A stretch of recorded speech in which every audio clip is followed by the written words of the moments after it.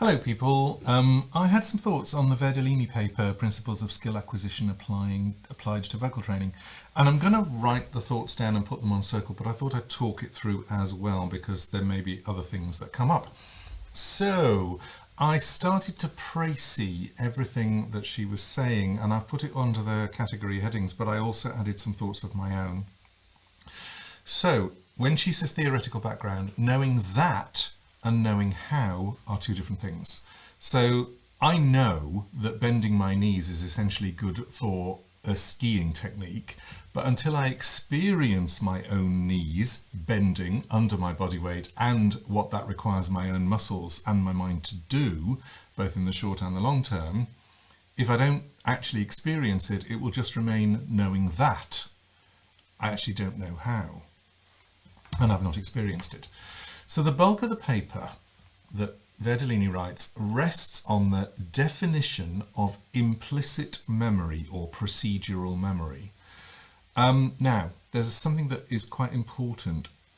The research that she cites to build around this paper was done on verbal cues or hand-eye coordination, and it wasn't done on voice. So she's making some assumptions that are going to cross-refer.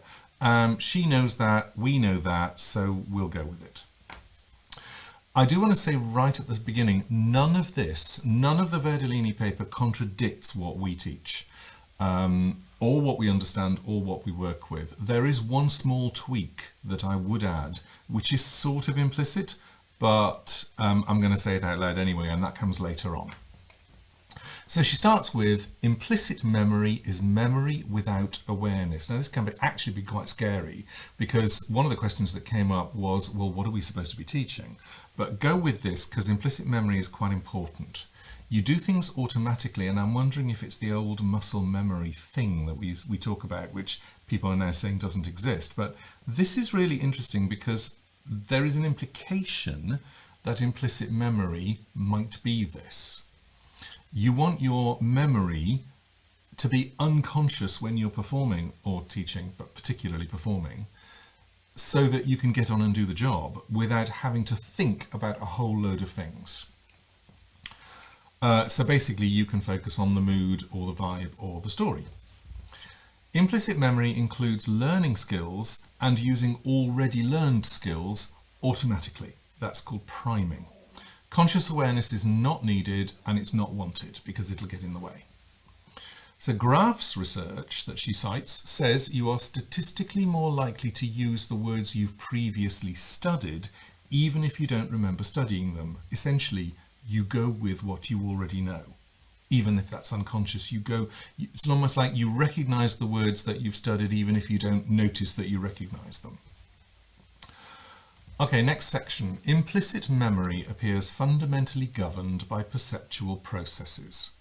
This is important. Implicit memory is gained by your senses, not by your intellect. You need to experience it. You need to experience it via your perceptions, your senses. It doesn't involve understanding or context. Essentially, this is sort of where repetition by rote comes in. It's where you repeat things over and over again until it sinks in. There's a really interesting school of thought that says you should be doing that consciously, but there's a sort of grey area around this. You do something consciously, but it may not be consciously focusing on the repetition. I'll get into that later. It's basically you need to experience it rather than be told about it. And remember, teaching isn't telling. So in the research that she talks about here, the subjects had a better chance of remembering words if they found an emotional connection, that is, than if they examined just the lettering or if they looked how it wrote. They created an emotional connection with it. But it made no difference to the implicit memory test. So although they felt better about it, they had a better chance of remembering consciously if they had an emotional connection, it made no difference. What made the difference was rote, it was repetition. She then says implicit memory requires attentional processing. Okay, I love this bit. Her study revealed that if left to their own devices, people would achieve good marks in the task just using implicit memory. So this is the unconscious stuff. Then when they were given instructions to follow, use the imagery of a locomotive wheel or stirring a bowl, or told to concentrate and pay attention, they did worse. It got in the way. The instructions actively interfered with implicit memory. This is important for teachers. Now, I'm going to suggest that the instructions were irrelevant to the task or too non-specific to be of any value. This is why we want to be precise in the diagnosis of what we're listening to and focused in our instructions, and also don't give as many. And I wrote something down which I thought was interesting. When instructions of any type were imposed, subjects paid attention to the instructions and not to the perceptual array associated with the task. Thus, priming, implicit memory, fails to develop. They're too focused on the instruction and not what they're going through. Absolutely, this underlines what we teach on the accreditation programme. Focusing on the instruction removes your ability to experience the moment, and focusing on more than one instruction, remember to stand straight, breathe deeply, have a loose jaw, soften your eye focus, make sure you're planted on both feet and sing from your little Mary, means that you have no chance of experiencing anything. You need people to experience what they're doing. So STFU. And this doesn't contradict what we're doing, although this is where the small tweak happens. We're careful to do two things, and you've seen us do this. Give people a simple, single instruction they can follow and let them do it once to try out the instruction. Then repeat it several times without comment. That was great. Can you do that again? Can you do that again? Let's do that again to see if we can embed it. The second point allows them to experiment with the instruction in their own body, in their own time, and after a couple of versions, they get to experience it themselves, their own version of it. Often when we ask for feedback then, they share something in their own personal take. It's their personal wording. This means they've taken it in from their own perspective, and sometimes people really surprise us with the sort of wording that they use. So you could put it like this. Give someone instruction to do something. They will, 1, blindly follow the instruction. 2, check the instruction is being done. 3rd time, get curious and go inside to start checking it out themselves. And 4th time, start to embed in a personal way. That's why we say you need to do this at least 3 times, because it's only really on the 3rd time that people start to go inside and find out what's going on. There's something that I want to say here. You could see your instruction, the first one, as a simple jumping off point for the singer to explore. The more targeted the better, obviously, but it's still a jumping off point. And the goal is personal awareness of what people are doing. So this is an interesting shift in what your instruction is supposed to be doing. Is it supposed to be leading them directly to the way to do it properly, end of story? Or is it, here's an instruction, here's a direction that I'm going to give you, do it, take that direction, see what happens. You as the teacher are still listening consciously and being aware consciously of what that person is doing, but that person's job is basically to find out what happens when they follow it. And you have to give them time to understand that, to go inside, to find out, to measure. You have to give them time and at least 3 repeats, at least. Hope that makes sense. So for what it's worth, I usually ask what happened and the singer will give me feedback. The feedback is sometimes completely unexpected. Now, I twitched my left bicep and that made all the difference. Okay, that may not be what we're aiming at. So I asked them to repeat whatever they just did several times with and without the bicep twitch. We need to check out whether their feedback is accurate or whether they've latched onto the wrong thing. It's the difference between acknowledging a related involuntary movement, the bicep twitch, then going deeper to find out whether it was accurate or not, or acknowledging the related involuntary movement and hanging your entire technique on it. It's like, oh, well, I twitch my bicep when I do that sound, so therefore that's what happens, and you must twitch your bicep and you'll make that sound. This is, for me, the big difference between input and outcome. If one of the outcomes is I twitch my bicep when I make that sound, you need to find out whether that's a real input moment or it's just something that happens. Okay, that was long. Then she goes on to implicit memory depends on repetition. And I'm going, yes, as long as the repetition involves personal perception and sensory input. You don't need to understand it, you just need to do it. Then she says implicit memory is modality and context specific. And this is really fascinating. You can learn something in context. So you're learning it in the lesson or you're learning it in the Zoom session. Then when you have to do it outside of that context, you can't rely on your implicit memory. So we've taken a step backwards now, which is implicit memory is all about repetition and you don't have to concentrate on it. But that implicit memory will only really be fixed in the context you're doing it right now. This is a great reason to work on a technique or an instruction in different circumstances. You're more likely to be able to embed the technique and then do it in different songs or different contexts. And environment's crucial. Personally, it's why I rehearse in the venue, and I think it's so important, because if I'm going to do a concert or I'm doing a recording, I want to go there first and explore how different it feels to do this new thing, this technique, in an environment I've not been in before. And again, you're much more likely to embed it permanently and embed it across a range of things. Really important bit. Okay, and we're about 2/3 of the way through. Skill acquisition requires information about performance during training. Now she calls this knowledge of results. And this is basically how much feedback do you give to your student and when. Knowledge of results, KR, or feedback in our terms, is essential for learning, but it depends on your goals as a teacher. Now she makes it really clear that there are two things going on here. One is immediate improvement, and that is the day before a concert, the day before an audition, the day before an exam, the day of an exam. You need something to happen really quickly. It's unlikely that that is going to embed long term. This is short term. So you might want to give quite a lot of constructive feedback right then, because they're going to be able to remember it and take it in short term. If you want people to learn and discover and improve over time, give them less feedback. This is really fascinating. The gaps in the feedback, so you give them feedback once, then they get to try it 3 or 4 times and you don't say anything. The gaps in the feedback allows them to go inside and process.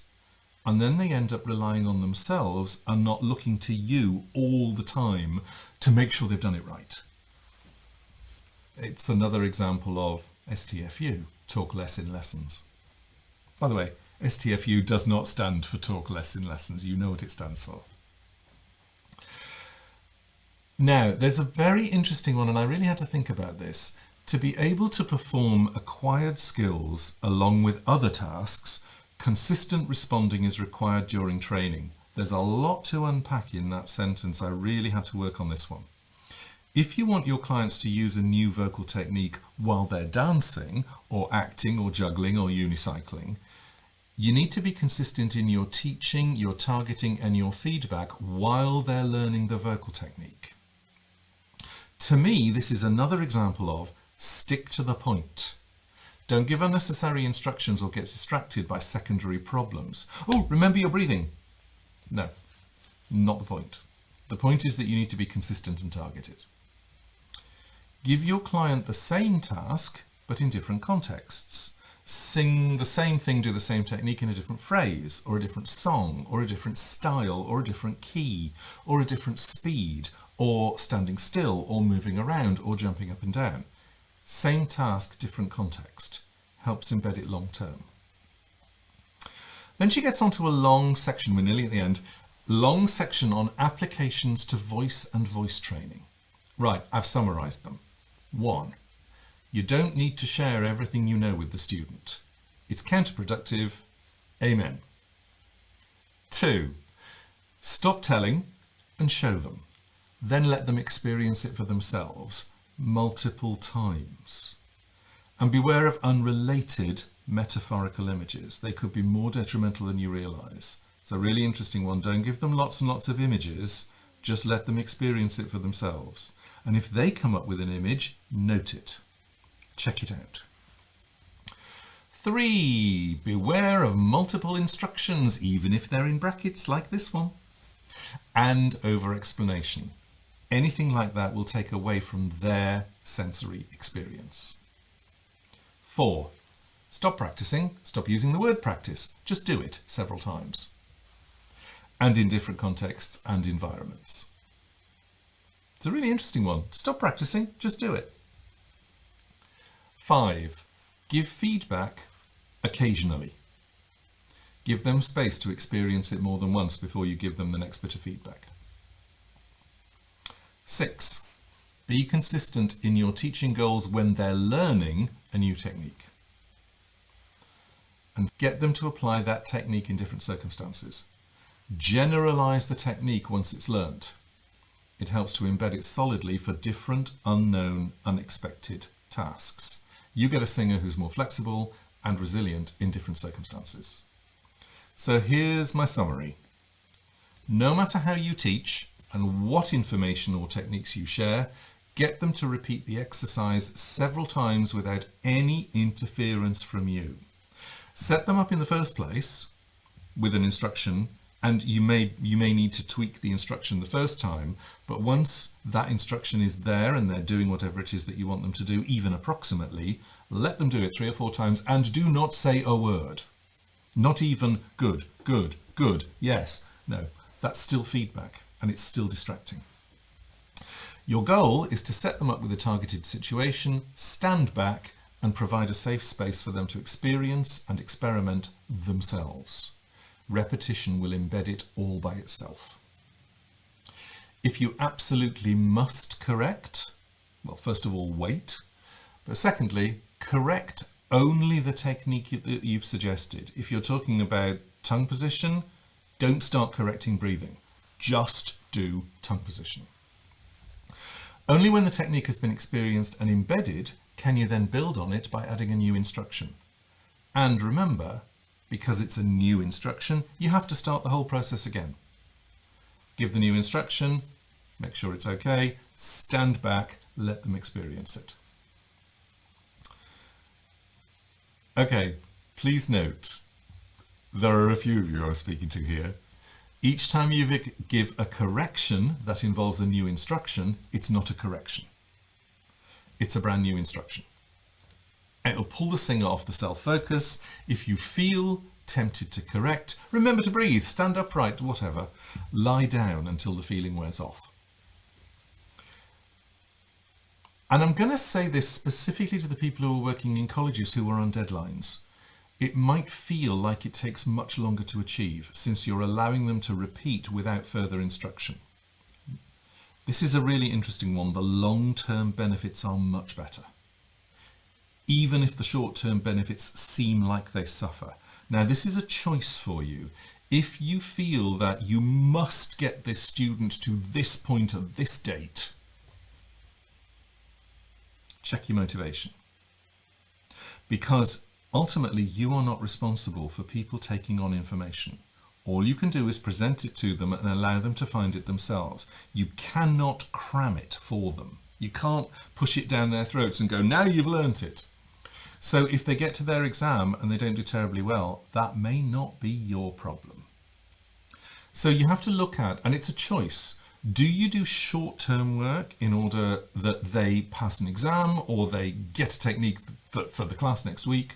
Or are you looking at a much longer term teaching possibility where what you're embedding goes past their college life and out into the real world? And genuinely, it's a choice, and it's a choice that you make every day. There isn't a one or the other. One is right, one is wrong.